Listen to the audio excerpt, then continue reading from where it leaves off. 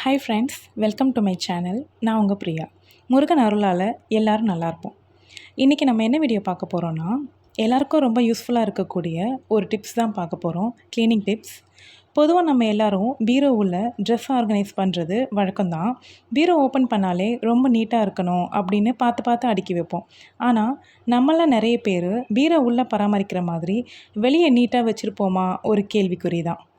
அதுவும் வேலைக்கு போகிறவங்க, குழந்தை வச்சுருக்கிறவங்க அம்மாங்கலாம் இதை பெருசாக கவனிக்க மாட்டோம். அதுக்கு ஒரு சூப்பர் ஐடியா இருக்குது. 2 பாத்திரமில் கொஞ்சம் தண்ணி எடுத்துக்கோங்க.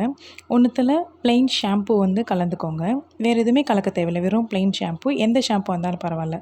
இன்னொன்றுத்தில் ப்ளெயின் வாட்டர் எடுத்துக்கோங்க. இப்போ ஒரு ஸ்க்ரப் வச்சு ஷாம்பு வாட்டரை பீரோ ஃபுல்லாக அப்ளை பண்ணிக்கோங்க. அது கொஞ்சம் ஊறிடும். அப்புறம் தேய்ச்சி பார்த்தீங்கன்னா நல்லா அழுக்கு விடும். இந்த ஸ்க்ரப் உங்களுக்கு செட் ஆகாது அப்படின்னா நீங்கள் ஸ்டீல் ஸ்க்ரப் யூஸ் பண்ணிக்கலாம். நானுமே கொஞ்சம் நேரத்தில் ட்ரை பண்ணி பார்த்துட்டு இது சரியாக வரலங்கிறதுக்காக நான் ஸ்டீல் ஸ்க்ரப் தான் யூஸ் பண்ணியிருக்கேன். ஸ்டீல் ஸ்க்ரப் வச்சு ரொம்ப அழுத்தம் கொடுத்து தேய்ச்சிட்டிங்கன்னா அதில் இருக்க பெயிண்ட்டோடு சேர்த்து வந்துடும்.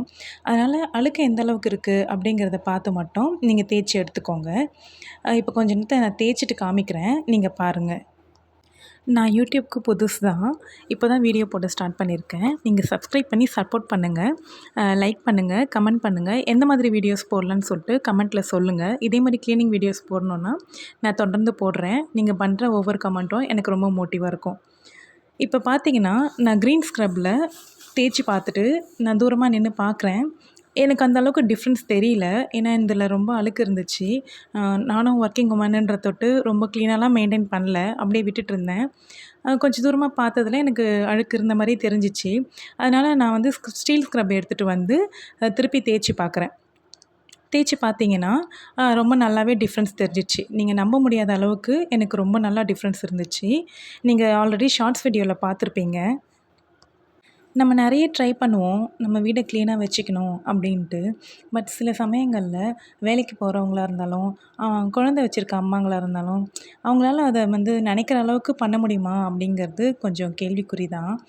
என்னாலேயுமே அப்படி தான். நானுமே வேலைக்கு போகிறதுனால தான் என்னால் அதிக அளவில் க்ளீன் பண்ண முடியல.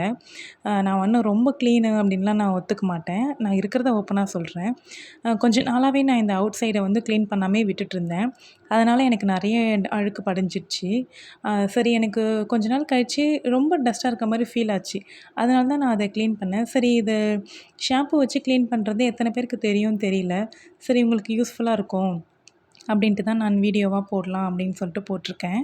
ஸ்கிப் பண்ணாமல் பாருங்கள், உங்களுக்கு அப்போ டிஃப்ரென்ஸ் நல்லாவே தெரியும். நான் ஃபஸ்ட்டு ட்ரை பண்ணும்பொழுது ஷாம்பு வச்சு நம்ம ட்ரை பண்ணுறோமே, இது அந்த அளவுக்கு நல்லா ஒர்க் அவுட் ஆகுமான்னு சொல்லிட்டு யோசித்தேன். சரி, ட்ரை பண்ணி தான் பார்க்கலாம் அப்படின்னு சொல்லிட்டு க்ளீனிங் லிக்விட்லாம் எதுவுமே யூஸ் பண்ணாமல் வெறும் ஷாம்பு மட்டும் போட்டு ட்ரை பண்ணேன். எனக்கு சொல்ல முடியாத அளவுக்கு டிஃப்ரென்ஸ் தெரிஞ்சிச்சு. இப்போ நீங்கள் கொஞ்ச நேரத்தில் ஃபுல்லாக டிஃப்ரென்ஸ் நீங்கள் பார்க்க தான் போகிறீங்க. இப்போது பக்கத்தில் ஒரு தண்ணி தனியாக வச்சுக்க சொன்னேன் இல்லையா? அது எதுக்குன்னா, இந்த மாதிரி நம்ம தேய்ச்சிட்டு அழுக்காக இருக்க ஸ்க்ரப்பை தனியாக நேராக நம்ம சோப் வாட்டரில் பண்ணோன்னா, அந்த ஷாம்பு வாட்டர் சீக்கிரமாக உங்களுக்கு டர்ட்டி ஆகிடும். நீங்கள் தனியாக ஒரு தண்ணி வச்சுக்கிட்டிங்க அப்படின்னா, நீங்கள் அழுக்காக இருக்கிற அந்த ஸ்க்ரப்பரை தனியாக இருக்க தண்ணியில் வாஷ் பண்ணிவிட்டு திரும்பவும் அந்த சோப் வாட்டரில் ஷாம்பு வாட்டரில் எடுத்துக்கிட்டிங்கன்னா, உங்களுக்கு அந்த ஷாம்பு வேஸ்ட் ஆகாமல் நீங்கள் லாஸ்ட் வரைக்கும் நல்லா யூஸ் பண்ணிக்க முடியும்.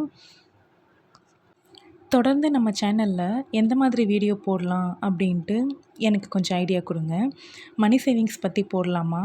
இல்லைனா இந்த மாதிரி க்ளீனிங் ஹேப்ஸைக்கு போடலாமா? அப்படின்னு சொல்லிட்டு எனக்கு கொஞ்சம் ஐடியா கொடுத்தீங்கன்னா ரொம்ப நல்லாயிருக்கும்.